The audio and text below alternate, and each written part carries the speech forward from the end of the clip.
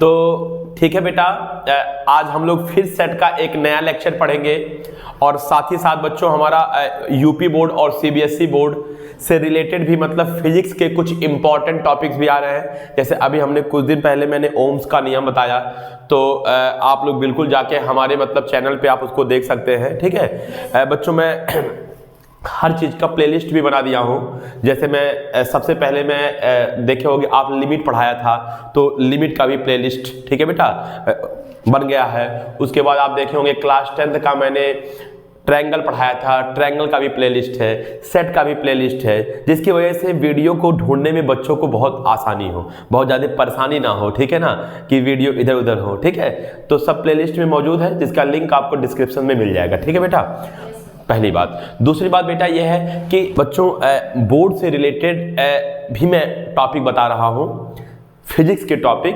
बेटा अभी फिजिक्स के टॉपिक पूरा प्रॉपर तरीके से नहीं आ रहा है, जैसे कि मतलब मैं चैप्टर वाइज पढ़ाऊँ कि हाँ मतलब हमको 12th का पहला चैप्टर पढ़ाना है, तो आपका कूलॉम्स लॉ है, इलेक्ट्रिक फील्ड है, उसके बाद ठीक है ना गॉस थ्योरम है, उसके बाद इलेक्ट्रिक पोटेंशियल है।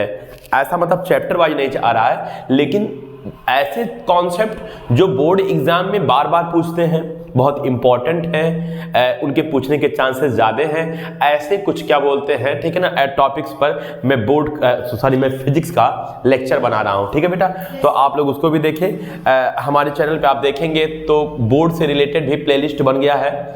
उस प्लेलिस्ट में हमारा फिजिक्स भी है, ठीक है ना, मैम जो क्या बोलते हैं बायोलॉजी पढ़ाती है वो भी है। ठीक है, तो आप लोग बिल्कुल उसको देखते रहिए। ठीक है बेटा, लेकिन फिलहाल आज तो हम लोग सेट पढ़ेंगे और सेट पढ़ते भी आ रहे हैं। शायद बहुत बच्चे ऐसे भी हैं जो मतलब स्टार्टिंग से हर वीडियो देख रहे हैं। अब बेटा एक बात बोलूं तो स्टार्टिंग से वीडियो देखना बहुत जरूरी है।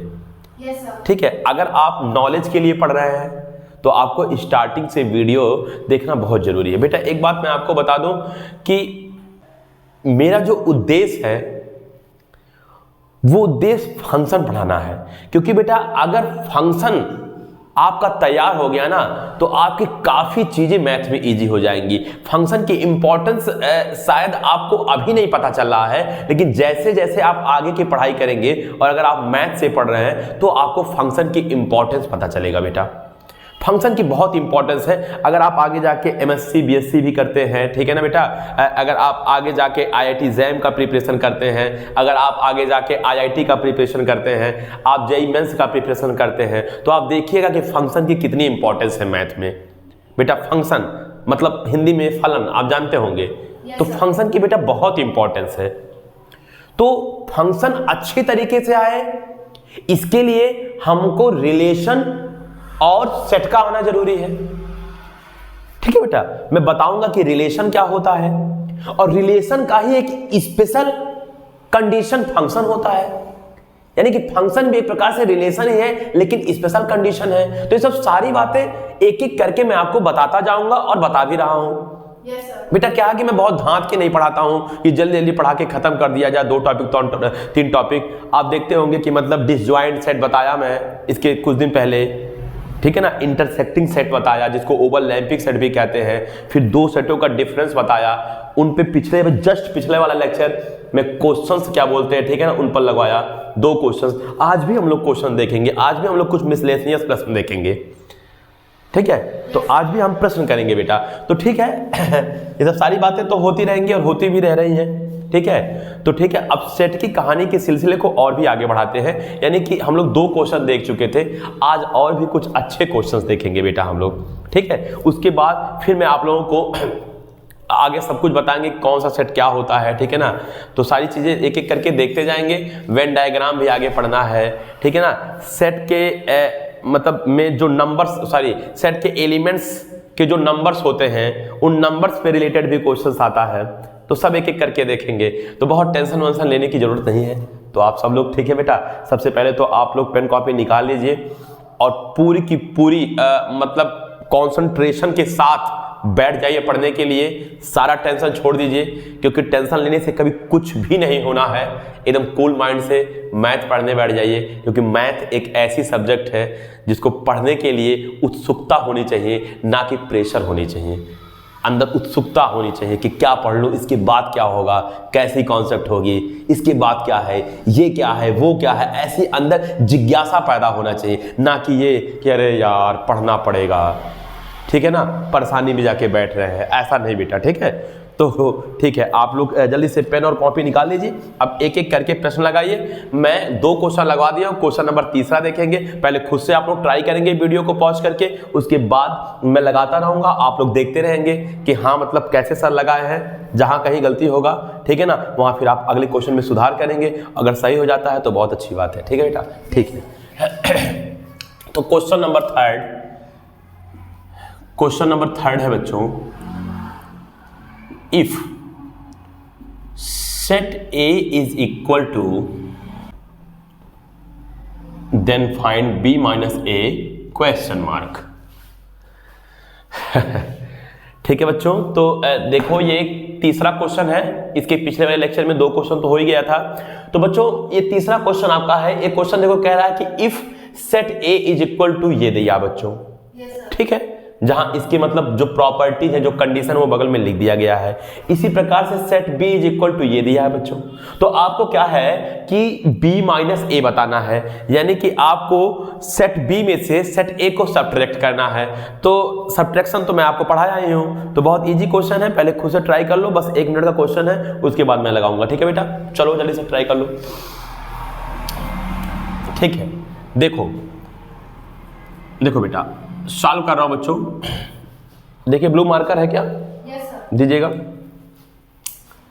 देखो बेटा सॉल्व कर रहा हूं। देखो set A is equal to क्या दिया है बताओ? A इज इक्वल टू दिया है 1/x such that x belongs to natural number and x less than 8। बोलो बेटा। Yes sir. पहले बात बोला है कि सेट A जो है उनके एलिमेंट क्या बताओ? 1/x, और उस एलिमेंट्स में जो x है उसका कंडीशन ये दिया है कि x एक नेचुरल नंबर है और x जो है 8 से बेटा क्या है बताओ? छोटा है। बोलो। Yes sir. तो बेटा क्या करेंगे हम लोग? नेचुरल नंबर जानते हैं होता है 1 2 3 4 5 6 7 8। भाई जितने भी काउंटेबल नंबर्स होते हैं हमारे, जो आज तक हम लोग गिनते आए हैं बचपन में, जो हमारे मम्मी पापा हम लोगों को सिखाते थे 1 2 3 4 5 1 2 3 4 5, यही हमारा नेचुरल नंबर बच्चों। नेचुरल नंबर में निगेटिव नहीं होता है, नेचुरल नंबर में 0 नहीं होता है, नेचुरल नंबर डेसिमल में नहीं होता है। जितने भी काउंटेबल नंबर वो मेरे नेचुरल नंबर है। इसका भी बेटा लेक्चर में बनाया हूँ नंबर सिस्टम करके, ये भी हमारे सेट के प्लेलिस्ट में उपस्थित है। अगर आपको नहीं आता तो बिल्कुल आप देख सकते हैं। yes, हम बार बार बेटा इसलिए इस बात बोलते रहते हैं कि आपके मन में अगर डाउट है कि ये नेचुरल नंबर क्या होता है, होल नंबर क्या होता है, तो आप बिल्कुल देख सकते हैं। मैं सब कुछ बनाया हूँ, सब कुछ शुरुआत से पढ़ाया हूँ, और अगर आप पढ़े हैं तो बहुत अच्छी बात है, तब तो बहुत अच्छी बात, तब तो आपको सब समझ में आ रहा होगा।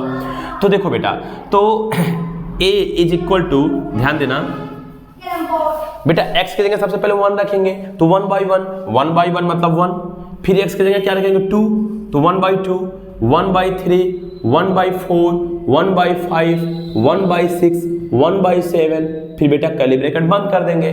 क्योंकि एक चीज देखो, एक बात और भी कंडीशन बोला है कि जो नेचुरल नंबर हम ले रहे हैं वो 8 से बड़ा नहीं होना चाहिए, बल्कि 8 से छोटा ही होना चाहिए। yes, sir. कोई दिक्कत? no, ठीक है बेटा। देखो ध्यान दो, अब क्या है बेटा कि अब देखो सेट B है, तो set B is equal to क्या है? देखो set B is equal to B is equal to क्या है बताओ? B इज इक्वल टू क्या है? 1/2x। बोलो। Such that x belongs to natural number and x less than equal 4। सेट B में हमारा एलिमेंट है 1/2x, लेकिन वहां जो x दिख रहा है वो x फिर कह रहा है कि नेचुरल नंबर है, लेकिन वह x 4 से छोटा है या बराबर है। ठीक है। तो अब एक काम करो, 4 से छोटा या बराबर, इसका मतलब 1 2 3 4, हम x के जगह 1 2 3 4 यहां तक पुट कर दे। तो देखो बेटा, अच्छा बताओ, ये जो सेट A है और ये जो सेट A है, क्या इन दोनों में कोई अंतर है? नहीं सर, बिल्कुल अंतर नहीं है। जो ये लिखा है वही ये भी लिखा है, बस फर्क इतने का है कि ये सेट बिल्डर फॉर्म में लिखा है और यह रोस्टर फॉर्म में लिखा है। बच्चों फॉर्म बदलने से सेट नहीं बदल जाता है, बस अलग अलग फॉर्म में लिखा है। ठीक है। तो ये भी देखो सेट बिल्डर फॉर्म में दिया है, तो या करके हम इसको रोस्टर फॉर्म में अगर बदलें तो B इज इक्वल टू, बताओ यहाँ पे 1 पुट करेंगे सबसे पहले तो 1/2। बोलो बच्चों। फिर 2 पुट करेंगे 1/4, फिर बेटा क्या पुट करेंगे बताओ? 3 पुट करेंगे 1/6, उसके बाद बताओ 4 पुट करेंगे 1/8 सर। 1/8। Yes sir. कोई दिक्कत बेटा? देखो बेटा ये मेरा सेट ए का हो गया, जो मैं बेटा कवर कर रहा हूं। ये सेट ए का हो गया रोस्टर फॉर्म, और ये सेट बी का हो गया रोस्टर फॉर्म। हाँ ना बोलो मेरे भाई? हाँ सर। दोनों को मैंने रोस्टर फॉर्म में कन्वर्ट कर लिया। बोलो बेटा। अब बेटा एक चीज देखो, बोलो क्या कि पूछा क्या है, b माइनस ए, b माइनस ए। अब हम आपको बताए थे सब्ट्रैक्ट करना कि b माइनस ए का मतलब हो गया कि b के एलिमेंट्स तो हमको लिखने हैं, लेकिन b में से वो सारे एलिमेंट्स निकाल देना है जो एलिमेंट्स a में भी मौजूद हो। Yes sir. अब आइए देखते हैं कि a में मतलब a का कौन कौन एलिमेंट b में मौजूद है, a का कौन कौन सा एलिमेंट b में मौजूद है। अब बताओ, वो यहां पे बताओ, यहां पे 1/2 है ना? बताओ 1/2 a में मौजूद है कि नहीं है? तो देखो यहां 1/2 है बच्चों, तो यहां भी 1/2 है। यानी कि b का ये 1/2 एलिमेंट a में मौजूद है। बोलो यार। अच्छा यहां देखो 1/4 है ना? बताओ 1/4 क्या इसमें कहीं मौजूद है? बिल्कुल प्रेजेंट है, देखो यहां प्रेजेंट है। बोलो बेटा। फिर देखो बेटा यहां बताओ क्या है? 1/6 क्या है? फिर देखो यहां कहीं 1/6 है क्या? बिल्कुल है। फिर देखो बेटा यहां क्या है? 1/8। क्या 1/8 प्रेजेंट है? नो। तो इसका मतलब जब हम b में से a को सब्ट्रैक्ट करेंगे तो ये जितना मैं देखे होगे घेरा हो बेटा, इनको निकाल देंगे, केवल मेरा यही बचेगा 1/8। बेटा समझ में आ रहा है कि नहीं आ रहा है? अच्छा तो इसका मतलब ये है कि हमारा जो आंसर होगा, ठीक है ना, ध्यान देना बेटा। देखिए यहाँ पे जगह है क्या? देखो यहाँ पे आ रहा है वीडियो में। तो b माइनस ए क्या बेटा? हमको b माइनस ए यही निकालना था बेटा, हमको b माइनस ए फाइंड करना था ना। बताओ b minus A is equal to, बताओ क्या हो जाएगा? Is equal to 1/8। हाँ, a के सारे एलिमेंट निकाल दीजिए। बताओ 1/2, 1/4, 1/6 ये सारे के सारे a में प्रेजेंट है ना बेटा? बोलो। तो इनको भैया आप निकाल दीजिए, बचा क्या? 1/8। तो बेटा ये हमारा हो गया आंसर। बोलो बेटा समझ में आ रहा है कि नहीं आ रहा है? तो क्या इतना टफ था ये? बिल्कुल टफ नहीं था। अगर आप सब्ट्रैक्शन की कॉन्सेप्ट अच्छे से जान रहे हो, अगर आपको सेट बिल्डर फॉर्म से रोस्टर फॉर्म में बदलने आ रहा है, आपको पता है कि नेचुरल नंबर क्या है, तो बिल्कुल बहुत इजी सवाल था। लेकिन अगर ये छोटी छोटी बेसिक बातें आपको नहीं पता है तो यही क्वेश्चन आपके लिए टफ हो जाता। तो क्या है कि बेसिक क्लियर होनी चाहिए, और जब भी किसी कंपटीशन एग्जाम में या अच्छे एग्जाम में आपको कभी बेटा फंसाएगा ना बेटा, तो बेसिक्स में ही फंसाएगा, याद रखना। बेसिक्स अगर आपकी क्लियर है तो आपको कभी कोई फंसा नहीं सकता मैथ की जाल में। तो बेसिक्स पे बिल्कुल फोकस करिए। मैं एक बार नहीं हजारों बार इस बात को बोला हूं। बात समझ आ रहा है कि नहीं आ रहा है? हाँ बेटा, इसलिए देखे होगे कि मैं कोई भी चीज बहुत जल्दबाजी में नहीं पढ़ा रहा हूं, मैं एक एक टॉपिक पढ़ा रहा हूं, उस पर क्वेश्चन भी लगवा रहा हूं। जाके बोल के आओ उनको कि बाबू बन रहा है वीडियो, शोर हो रहा है। ए छोटू शोर हो रहा है बेटा। ठीक है बेटा, तो ठीक है, इसको मैं इरेज करके अगला क्वेश्चन लिखता हूं, फिर से आप ट्राई करोगे, फिर मैं लगाऊंगा, फिर आप देखोगे, ऐसे प्रोसेस चलता रहेगा। ठीक है बेटा ना? ठीक है, चलो देखो देखो ध्यान दो डेस्टर।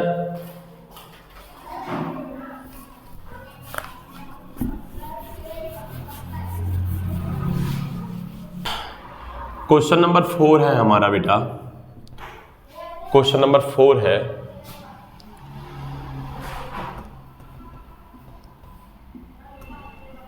Which of the following set, which of the following a factor of 8?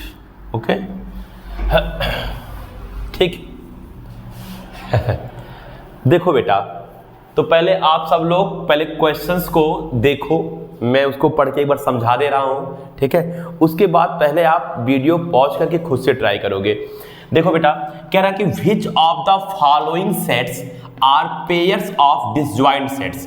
कह रहा है कौन सा ऐसा पेयर है, नीचे कुछ पेयर्स दिया गया सेटों के, मतलब बेटा युग्म जोड़ा दिया गया है, उन जोड़ा में से आपको बताना है कि कौन कौन सा जोड़ा ऐसा है जो डिसजॉइंट सेट का जोड़ा है। जैसे देखो पहला, देखो बेटा पहला E बराबर दिया है, उसके बाद दूसरा दिया है F बराबर दिया है, तो बेटा E और F यहाँ पे पेयर्स है, तो आपको बताना है दोनों पेयर्स डिसजॉइंट है कि नहीं है। Yes sir. ठीक है। इसी प्रकार दूसरा देखो, कैपिटल G बराबर दिया है ये और कैपिटल H बराबर दिया है ये, बोलो बेटा। Yes, इसी प्रकार से तीसरा देखो, M बराबर दिया है ये और N बराबर दिया है ये।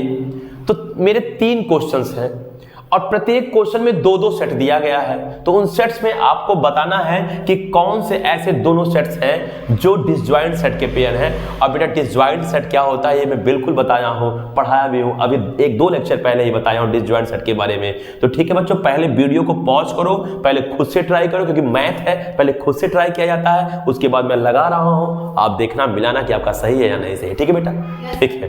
तो देखो कैसे होगा, सॉल्व कर रहा हूँ। पहली बात तो देखो बेटा, एक बात जान लो कि सेट के क्वेश्चन में जब चीजें हमको सेट बिल्डर फॉर्म में दे देता है, जिसको हम प्रॉपर्टी फॉर्म भी कहते हैं, हिंदी में गुण विधि भी कहते हैं, ठीक है बेटा, तो थोड़ा सा हमारे लिए वो टफ हो जाता है, क्योंकि हमको पहले प्रॉपर्टी फॉर्म से हमको उसको रोस्टर फॉर्म में कन्वर्ट करना होता है। ठीक है, तो देखो बेटा मैं सॉल्व कर रहा हूं। मैं सबसे पहले पहला क्वेश्चन सॉल्व कर रहा हूं। देखो पहला नंबर ये दिया है बेटा सेट बिल्डर फॉर्म में। देखो क्या दिया है, पहला सेट दिया है E इज इक्वल टू, ध्यान देना, E is equal to x such that x belongs to E plus. बेटा E का मतलब हो गया यहाँ पे इवन नंबर और ऊपर प्लस लगाने का मतलब हो गया पॉजिटिव इवन नंबर, यानी कि धनात्मक सम संख्याएं, यानी जो हमारा x है वह पॉजिटिव इवन नंबर है। बोलो यार। हाँ सर। अच्छा, इसके बाद देखो कह रहा है कि x से लेस देन 8, जो x है वह 8 से छोटा है। अब बच्चों एक बात बता दो, आपको इवन नंबर क्या होता है ये तो पता ही होगा कि ऐसी संख्याएं जो हमारे 2 से विभाजित हो जाए, 2 से डिविजिबल हो, वो भी पॉजिटिव। हाँ हम जानते हैं 0 भी इवन नंबर होता है, बट 0 मेरा न तो पॉजिटिव होता है और ना ही निगेटिव होता है। I mean 0 is neither positive not negative. बोलो बेटा, ठीक है ना। अच्छा अब देखो, अब बताओ 2, 4, 6, 8, 10, 12, 14, 16 ये सब हमारे पॉजिटिव नंबर हैं, लेकिन हमको 8 से छोटा पॉजिटिव नंबर चाहिए। तो बताओ 8 से छोटा पॉजिटिव नंबर भी हो और 8 से छोटा पॉजिटिव नंबर भी हो और इवन नंबर भी हो। तो बताओ कौन होगा, बताओ 2, बोलो यार, 4, 6, 8 नहीं लिख सकते क्योंकि बेटा 8 से छोटा लेना है। तो बताओ 2, 4, 6, क्या बेटा 2, 4, 6 कोई दिक्कत? No sir. अच्छा मेरे भाई, अब देखो बेटा ध्यान देना, अब अगर f बराबर बनाऊं, f बराबर देखो f बराबर f का अगर सेट बनाऊं, f बराबर देखो तो f कह रहा है x such that x is equal to 3n। x जो है वो 3n है, स्मॉल n यहाँ पे लिखा है, और कह रहा है कि जो स्मॉल n है वो नेचुरल नंबर है। क्या है बताओ? स्मॉल n जो है वो एक नेचुरल नंबर है। बच्चों यहाँ पे एक चीज जरूर लिखना है हमको, ठीक है ना, कि नेचुरल नंबर है और यहाँ पे small n less than 4 yes sir. और स्मॉल n जो है वो ठीक है ना 4 से बेटा छोटा है। तो बेटा 4 से छोटा का मतलब ये हो गया 1, 2, 3, बोलो। तो यहाँ पे जब 1 रखोगे तो क्या आएगा बताओ 3, फिर यहाँ पे 2 रखोगे तो 6, बताओ। उसके बाद फिर बेटा जब यहाँ पे 3 रखोगे तो 3 3 9, क्या 4 रख सकते हो? क्योंकि स्मॉल एन लेस देन क्या है बेटा 4। बेटा सॉरी यहाँ पे मैं x लिख दिया था गलती से, यहाँ स्मॉल एन होगा, ठीक है ना बेटा। तो देखो बेटा ये मेरा स्मॉल एन मिला। तो लो भैया मैं पहले क्वेश्चन में सेट E को और F को इन दोनों को रोस्टर फॉर्म में कन्वर्ट कर लिया, बोलो। Yes sir. अच्छा अब देखो बेटा क्या करेंगे। अब देखो बेटा डिसजॉइंट का मतलब क्या होता है, हम लोग जानते हैं बेटा ऐसे दो सेट जिनका इंटरसेक्शन लेने पे हमको एक इम्पटी सेट मिले, यानी हमको एक रिक्त समुच्चय मिले, यानी कि उस एक भी एलिमेंट ना मिले इंटरसेक्शन लेने पे, वो हमारा कहलाता है डिसजॉइंट सेट। जाके देखो ये लेक्चर प्लेलिस्ट में है बेटा सेट के, ठीक है ना। Yes sir. और बेटा अगर मान लीजिए हम दो सेटों का इंटरसेक्शन ले रहे हैं और हमको मतलब एक भी एलिमेंट मिल गया, दो ही एलिमेंट मिल गया कॉमन, यानी कि कोई नॉन एम्पटी सेट मिल गया, तो इसका मतलब यह है कि वो दोनों सेट इंटरसेक्टिंग सेट है, जिसको हम ओवरलैपिंग सेट भी कह सकते हैं। Yes sir. बोलो। Yes sir. तो बताओ इनका और इनका अगर हम कॉमन ले मान लो E इंटरसेक्शन F, बोलो बच्चों, Yes, sir. इंटरसेक्शन लें तो बताओ इन दोनों सेटों में क्या एक भी एलिमेंट आपको कॉमन दिख रहा है? Yes, sir. 2 4 6 3 6 9, इसका मतलब जो 6 है बेटा वह कॉमन है, तो ये 6 हो गया। तो बताओ क्या यह एक एम्प्टी सेट है? No, sir. क्या यह रिक्त समुच्चय है? No, sir. अगर यह रिक्त समुच्चय नहीं है इसका मतलब यह नॉट इक्वल टू 5, यह एम्प्टी सेट नहीं है, तो इसका मतलब E और F ये दोनों हमारे डिसजॉइंट सेट के पेयर नहीं है। और हमारे ऊपर क्वेश्चन में कह दिया था कि कौन कौन से ऐसे सेट्स के पेयर हैं जो डिसजॉइंट हैं, तो इसका मतलब बेटा E और F हमारे डिसजॉइंट सेट नहीं है। तो इसका मतलब बेटा ये बताओ क्या डिसजॉइंट है? नो सर, ये डिसजॉइंट नहीं है। बोलो बेटा, ठीक है ना? नो। Yes, sir. अच्छा, तो ये पहला आ गया। इसी प्रकार से बच्चों अब हम दूसरा देखेंगे। आप चाहो तो इसको नोट भी कर सकते हो, बिल्कुल नोट्स बनाते रहिए बेटा साथ साथ, क्योंकि आज चीजें इजी लग रही है। धीरे धीरे धीरे जैसे आप 8 चैप्टर 10 चैप्टर 20 चैप्टर पढ़ेंगे मैथ्स का, वैसे ही सब सारी चीजें भूलने लगेगा। लेकिन अगर एक नोट्स बना होगा तो आपके अंदर ये कॉन्फिडेंस होगा कि हाँ यार मेरे पास सब कुछ लिखा लिखाया है, मैं पढ़ूंगा तो फिर से आ जाएगा। ठीक है बेटा? तो ठीक है, आप साथ साथ जरूर बेटा नोट्स बनाते रहे, ठीक है ना? अच्छा, अब देखो बेटा मैं क्वेश्चन नंबर, अगर मैं इसी का, ठीक है ना, ये तो मैं पहला वाला पार्ट सॉल्व कराया, अगर मैं दूसरा पार्ट सॉल्व कराऊं और उसमें देखा जाए कि वो दोनों सेट यानी कि जो G है जो H है वह हमारे डिसजॉइंट है कि नहीं है, तो फिर हम यही प्रोसेस अपनाएंगे कि सबसे पहले G को और H को रोस्टर फॉर्म में बदलेंगे, उसके बाद उन दोनों का देखेंगे इंटरसेक्शन लेके कि हमारा एम्प्टी सेट मिल रहा है या एम्प्टी सेट नहीं मिल रहा है। ठीक है? तो देखो क्या होगा, ध्यान दो। देखो अब क्या है, ध्यान दो बेटा, ठीक है ना? आप लोग बोर तो नहीं ना हो रहे हैं बेटा? ठीक है, देखो क्या है कि अब हम बेटा दूसरा क्वेश्चन में बताओ सॉल्व कर रहे हैं, ठीक है ना? दूसरा question G is equal to बेटा दिया है, G इज इक्वल टू दिया है x such that x belongs to E plus. x कह रहा है कि हमारा E प्लस, अभी कुछ दिन पहले बताया कि E प्लस का मतलब हो गया पॉजिटिव इवन नंबर, और H देखो क्या कह रहा है, x such that x is a prime number. x एक प्राइम नंबर है बेटा। प्राइम नंबर हम जानते हैं कि जो या तो खुद से डिवाइड हो या तो सिर्फ एक से डिवाइड हो, यानी कि ऐसा नंबर जिसके केवल 2 फैक्टर हो, 1 और वह खुद, Yes, sir. वो मेरा प्राइम नंबर होता है। जैसे 5 1 और 5 से ही डिवाइड होगा, बाकी इसके अलावा किसी से डिवाइड नहीं है। बोलो बेटा। अच्छा, 7 देखो या तो खुद से डिविजिबल है या तो मतलब 1 से डिविजिबल है। 11, लेकिन बेटा 1 याद रखो, मैं आपको बताया था, आपको याद होगा कि 1 ना प्राइम नंबर होता है ना ही कंपोजिट नंबर होता है। 1 को ना प्राइम नंबर माना जाता ना ही कंपोजिट नंबर माना जाता है। ठीक है ना? तो देखो बेटा अब क्या है कि अगर मैं इवन नंबर का सेट बनाऊं तो बताओ 2 4 6 8 10 डॉट डॉट डॉट ऐसे चलता रहेगा, क्योंकि हमको ये तो कहा नहीं है कि हमको कहां तक इवन नंबर लिखना है। तो 2 4 6 8 10 12 ऐसे चलता रहेगा इनफाइनाइट तक। इसका मतलब यह फाइनाइट सेट नहीं है बल्कि यह एक इनफाइनाइट सेट है। Yes, sir. अच्छा भैया H देखो, H ध्यान दो। H बेटा हमारा कह रहा है कि X एक प्राइम नंबर है। अब देखो 1 तो प्राइम नंबर होता नहीं है, लेकिन बेटा 2 प्राइम नंबर होता है, क्योंकि 2 का भी केवल 2 ही फैक्टर होगा, एक होगा 1 और दूसरा होगा 2। बोलो 2 एक प्राइम नंबर है। हम ये भी जानते हैं कि 2 जो होता है सबसे छोटा प्राइम नंबर होता है। Yes. कभी अगर किसी एग्जाम में छोटे मोटे एग्जाम में अगर आपसे पूछ लिया कि सबसे छोटी प्राइम नंबर बताइए तो आप बोलोगे 2। 3 भी मेरा प्राइम नंबर है, क्योंकि 3 भी केवल 1 से और केवल 3 से, यानी खुद से और केवल 1 से, यही 2 ही से विभाजित होगा। Yes, sir. लेकिन बेटा अगर बात करें हम 4 का तो उसके 3 फैक्टर होंगे। 1 ओके, 2 क्योंकि 2 से भी देखो पूरी तरह डिविजिबल है। Yes, और बेटा 4 3 फैक्टर हो गए, इसलिए 4 हमारा प्राइम नंबर नहीं, वो मेरा कंपोजिट नंबर है। Yes, sir. बात समझ आना कि नहीं आ रहा? हाँ, सर. तो बताइए क्या मैं 1 लिखूं? No, sir. क्यों? क्योंकि सर 1 को प्राइम नंबर नहीं माना जाता। वेरी गुड, 1 प्राइम नंबर नहीं माना जाता, लेकिन क्या मैं 2 लिखूं? Yes, sir. सर सबसे छोटा प्राइम नंबर है ये। Yes, sir.